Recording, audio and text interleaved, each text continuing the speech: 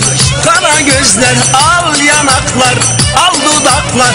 Öptüm yanağını, öptüm dudağını, öptüm yanağını, öptüm dudağını. Aney,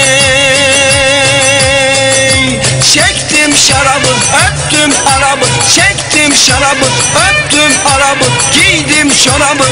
Aney, ey, ey, ey.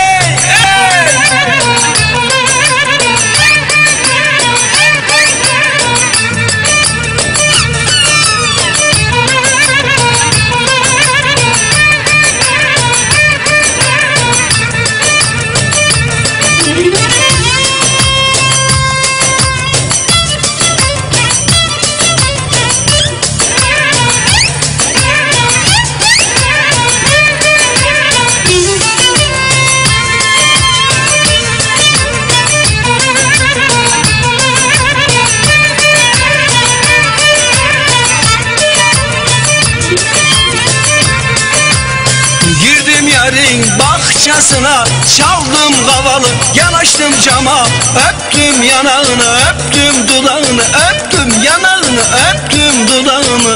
Aney, çektim şarabı, öptüm arabı, çektim şarabı, öptüm arabı, giydim çorabı. Aney, ey, ey, ey.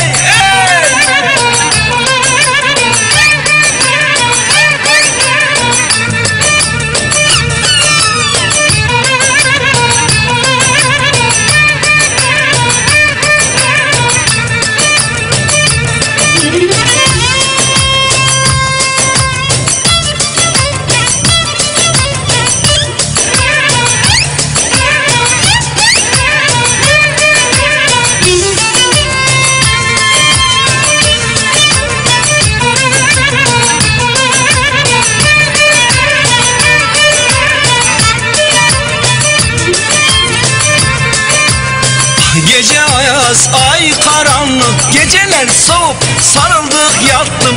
Öptüm yanağını, öptüm dudağını, öptüm yanağını, öptüm dudağını. Aney,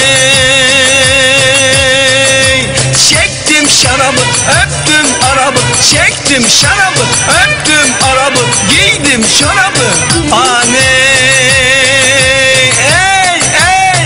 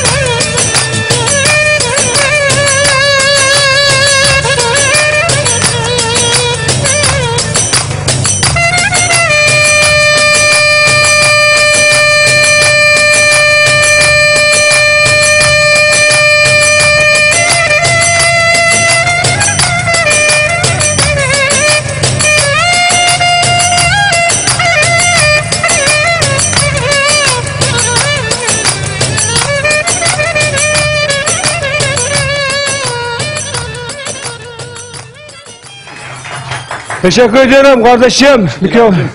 Evet İmdat'ım. Bu benim Karaoğlan İmdat. Var mı söylemek istediklerim şey? Buradan seni, bak bütün sevenlerin seni İmdat'ın da bayağı bir hayranı oluştu. Facebook sayfası açtık İmdat'a. Var mı hayran sayfası? Var abicim ya. Var değil mi? İmdat'a ulaşmak için ne yapıyorlar? Klarnet İmdat mı yazıyorlar? Klarnet İmdat yazıyorlar abi. Evet, ulaşıyorsun İmdat'a oradan. Oradan ulaşıyorlar abi. Selam söylemek istediğin var mı burayı? Abi beni tanıyan, seven herkese gelsin. Seven sevmeyen herkese gelsin. Evet, İmdat'a teşekkür ediyorum. Evet, Ramazan Çelik'e Facebook sayfasına ulaşmak isteyen internet sayfalarından ne yapıyorlar? Ramazan Çelik'in özel fan sayfası var. Böyle ağaçların arasında bir fotoğraf. Tıkladığın zaman Vatan TV yazıyor böyle ekranda kocaman. O sayfa Ramazan Çelik'in özel fan sayfasıdır. Aa bu arada misafirimiz de gelmiş. Hemen alalım misafirimizi.